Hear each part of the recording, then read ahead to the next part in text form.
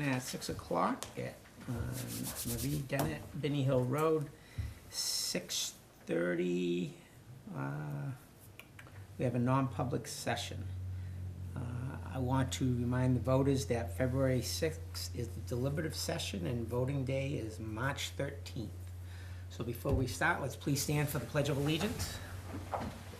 I pledge allegiance to the flag of the United States of America and to the republic for which it stands, one nation, under God, indivisible, with liberty and justice for all.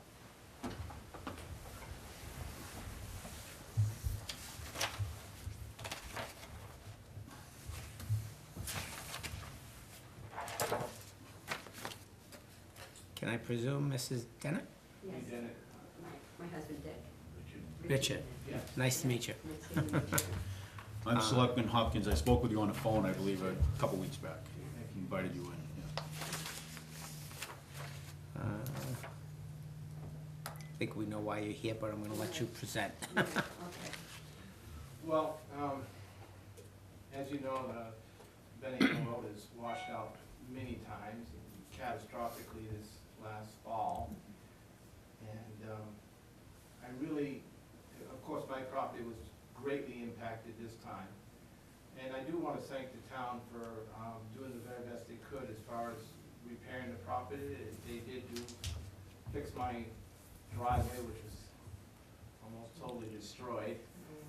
And also they took this dirt off of my lawn and filled in the area which was a river. However, the problem is that you've only put a Band-Aid on the situation. I've lived there for 25 years and that roadway washes out repeatedly. It was the worst this last time, it definitely was. The town's insurance agency called me up and basically told me that they were going to cover it. I think it was an act of nature. I really hadn't filed any charges or anything like that. But I want you to understand it wasn't totally an act of nature. The road system has been terrible. And it's not but well maintained above. We know it's a class 6 road, but there's no ditches, have not been cleaned out. The culvert system is way inadequate. And the way it was designed is inadequate. So not only does the culvert back up and get plugged and then flow sideways down through the area, but the last storm, about 3 weeks ago, it flooded again.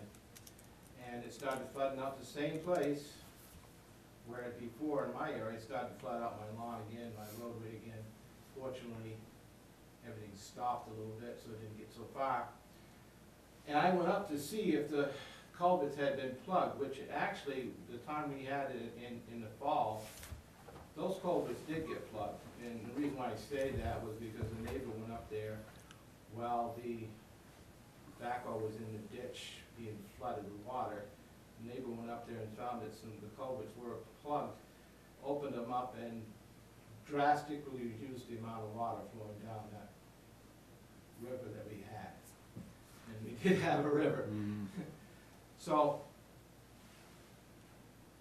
there needs to be a design change in this situation. Now, when I first moved into that area, my roadway, the roadway was lower than my lawn. Therefore, when it flood out, the roadway would flood out. Now it's about 1.5 feet higher than the lawn. And it got that way primarily because every time something floods, they would put more gravel into the situation. This last time went really overboard. So now, the way the situation is right now, when it flooded 3 weeks ago, when it had a minor flood, the roadway was graded in such a way that the water flowed from one side of the road, across the road, and back down to the same way that it was going again into my driveway and into my lawn, and it started to erode it away again. There are not any ditches in there. There are not any culverts in there. The other thing that to think about is there were at times better care for the upper road, for the class 6 road. There were some water bars up there that helped drain off some of the water. They don't work anymore. There is also, when I went up there 3 weeks ago to look at the situation, I found that the water wasn't running down the ditches and running down the center of the road, and it missing right over the top of the culverts and right down through. So that needs to be addressed. One year, for a couple of years, we had a pretty good time, and the main reason we had a pretty good time was because they put a bream of dirt across the road, dug down a little ditch, and after it passed all those culverts, it hit that bream and never came down the road. Well, unfortunately, the road had to be passable because people were going up there to log it out, and they redid the road, and now it's back to the same situation again. I had heard, whether I'm right or wrong, I don't know, that it cost about $15,000 just for the gravel to go into that road. That's an awful lot of cost and money for the town on a one-time stretch. And the fact is, it will happen again. More than likely, if you don't do something about this, in the spring, it will happen again. And it will happen faster now because all that gravel and dirt is not packed, it's loose. And it's gonna fall out faster. I think it's time to really consider spending a little bit of money so you prevent yourself a great deal of money later on. From my standpoint, I do not want my place flooded again, of course. I don't want the damage. I'm not physically capable or financially capable to be able to handle it like it used to be years ago. So, which had got messed up years ago, and I took care of it myself, didn't say too much, you know. And this last time, the town did do this for me, and whoever they hired did an excellent job, by the way. They really did an excellent job of scraping the lawn without tearing any more up. They did a good job with that, I gotta say. However, again, they never thought about grading the road in the right way in which to make the water go in the opposite direction. And anyways, if the road water was taken care of on the top of the hill, the water coming off the main road on top of the hill was cared for, we wouldn't have that problem anyways. It would be minor situation. I think there are alternatives that could be done that would be relatively cheap. I think that the conservation group that owns the top of the mountain and could cooperate and should cooperate with us in being able to help fix the situation where not only do I not have to worry about my place being flooded out, and by the way, I fear that my place may be unsellable or may be very difficult for me to sell because of the situation where it floods now. And I'm getting older, and I may eventually have to sell out, and that is a concern for me, that it'll be sellable. But if it continues to flood like that, it puts me in an awkward, hard situation. So I would really hope that we could do that, and not just for myself, but the town too. I would hate to think how much money has been spent on that road over the past 2 decades, and how much we could have spent to save the money that we've already spent. Is there not some way we could come to some solution that would aid everybody in this? If you don't mind, I'd like to share with you my thoughts, because the day that happened, I went up there to look at it and asked Peter to make sure that property got cleaned up, because I could not believe the size Yeah. stones and That's amazing. whatnot that landed up there. But we did review what I felt was the problem, okay? And that is in that there are 3 cross culverts in that road that exist today. Right.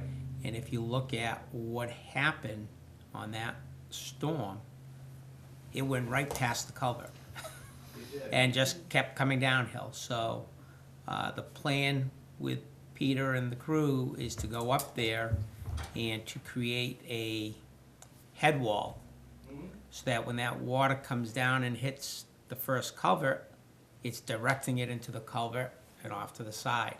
Whatever may get past there, when it hits the second culvert, the same thing. And at that last area where the last culvert, the culvert closest to your home would be, we're talking about excavating that out and filling it with stone, put a head wall there so that not only does it divert it into the culvert and off into the left-hand side of the road, but that's what we looked at, and you gotta understand, and I know this isn't what you wanna hear, and it's not what I wanna say, but the town isn't responsible for that Class 6 road. Matter of fact, we're not even supposed to be doing any work on it, because by RSA, the people that own the properties on that road are required to maintain it. But we look at it as our obligation, because we have residences below that area that are being affected. And I can't tell you how much we did spend or we didn't spend, but what got put in this past time was what I refer to as tailings. It's stone, okay? And that was put in loose and rolled in more to divert the water off to the sides and to fill in the large crater that was there. But the town's intent is to go back and correct, or at least do our best attempt to capture that water in stages as it comes down and divert it off. That's really what I wanna hear. I mean, that's, you know, I'm not here to cause any problems. I just wanna hear that. I just want to be a good citizen Yeah. and, And we appreciate your understanding, because I can tell you, if I was the guy living in that house, I would've been livid. Yeah. And I would've been calling the Board of Selectmen saying, you know, it's just not fair. But, you know, our obligation is, let's make it right, forget the insurance, just get in there and get it done. I would like to see, what I would like to see, if this is possible, and I've asked it, you know, before, is to have a ditch situation along my yard area, so that I don't mind having a ditch there, you know? Perhaps putting the culvert in right where my road is, and then but at least having a ditch there so that it would not go down over into the lawn, it would just go down. Sure. We could look at that, but again, without looking at it, from memory, and you know it better than I do, but when you come, if you were coming down Benny Hill towards your property, Yeah. on the right-hand side, I thought there was like an embankment before it gets to your neighbors where it drops off and they're down low. And then it continues going down, and as you said, the road's higher than your property, and then it washes all onto your property. So if we're trying to do a ditch line, there's no way of putting a ditch when the property is lower.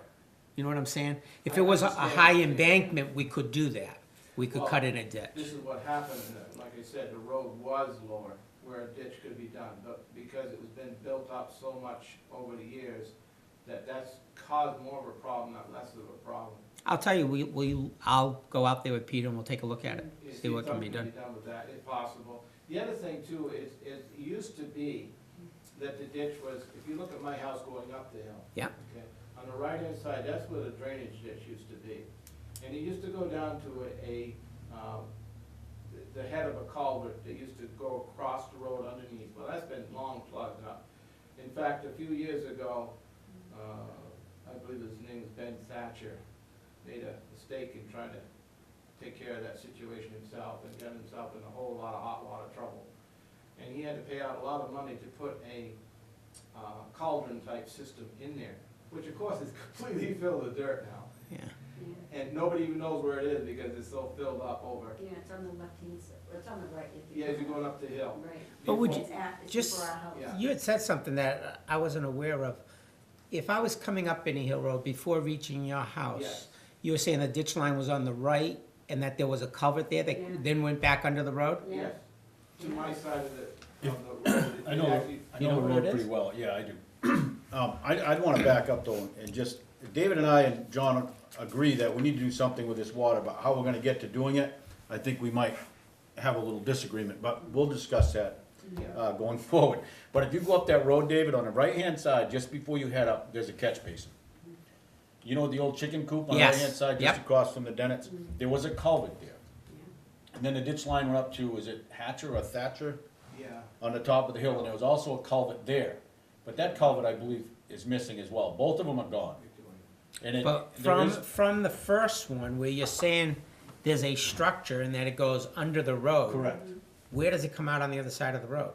Over by our property. Yeah, it actually, Yeah. between our property line and the neighbor's property line, it comes out, and it flows down back into my woods, basically. Okay, I will say this, though, that was never adequate because of the fact you're getting too much coming off the hill.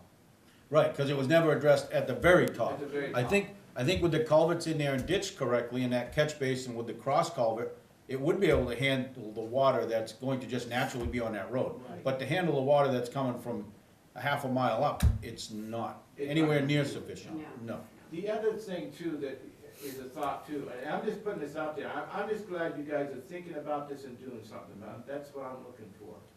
But the other thought too, to me, is that first culvert, both of those two culverts on the class 6 road, and there's always been a question, I think they're all on the class 6, but I'm not positive. They are, you are right, They are, number one, too small. inadequate, Right, absolutely. and number two, they go across road completely. There Correct. should be a slight angle with a slight downward trend, and that would facilitate the water flowing through them. Instead of what happens, because they're like this, they got a catch basin, like you said, and it does this number and plugs into the culvert. Mhm. you talking the ones on the class 6 road? Yes. There's no catch basin at all there. No, there is No, now. I think terminology is mixed up a little bit. Oh, okay, Yeah. I'm just saying, there's a pond that develops there. Right, okay, Because it's not flowing through that culvert fast enough, and it's because the culvert really is inadequate to handle the flow. If it did handle the flow, we'd be a lot better off for sure. I think we're saying the same thing. What the problem is, it's when you have a pipe that goes this way and Yeah, the water runs this way. right. You So got it. what we're looking to do is put a wing wall, Yeah, so when the water comes down, it hits that wing wall and diverts it into the pipe. that's a good idea. Is there any problem with diverting the angle of the pipe a little bit too?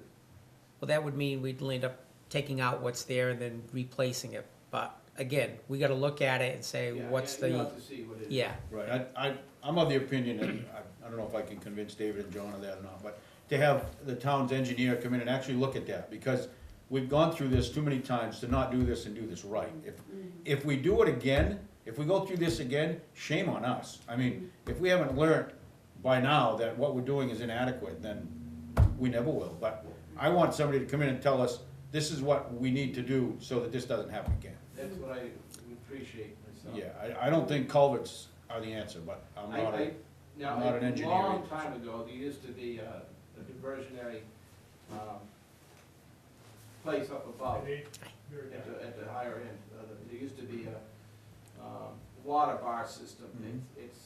It used to divert half of the hillside Sure. off to the right. It's inadequate now, and it isn't working now. you can see where they were. Yeah. But when Green Grove went in, they leveled everything out so they could get in there with log trucks. Yeah. And that's it's exactly never what it been the same since. is. The other question is, and this is something I'm just posing for you, is if in fact these other conservation people that owns this, and I don't know how many people own up along the side. that's all in, just so you know, that's all in a conservation easement now. Okay, can they, what's the problem with having them be notified to assist in the situation? I mean, for the sake of the town's money. I don't, People can make a request, but there's no mandate that it has to happen. we can ask, but there's nothing that says they have to. Yeah. No, but wouldn't it be nice if they did, you know, I mean, maybe they're an organization that wants to be friendly with the town. Well, they appear to be and whatnot, but Right. on the flip side of it, they are a nonprofit. That land, they took, I don't know what the right word, but I'm gonna call it custody.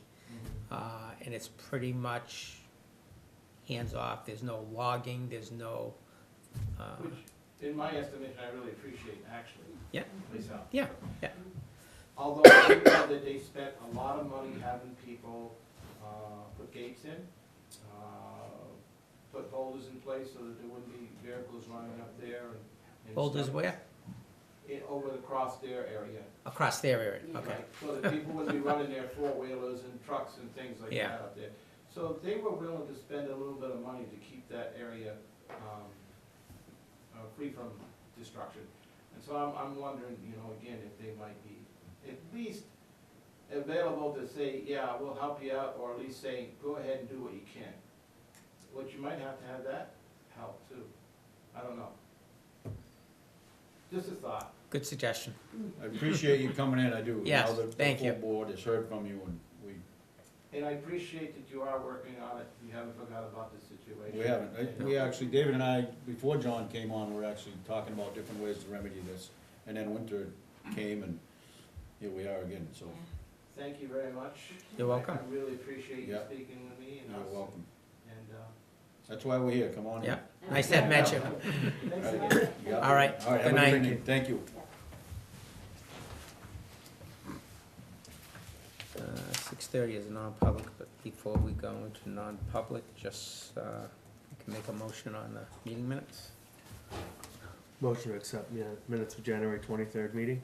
I'll second it. All in favor? All right, Aye. maybe reiterate them dates again, David. I will.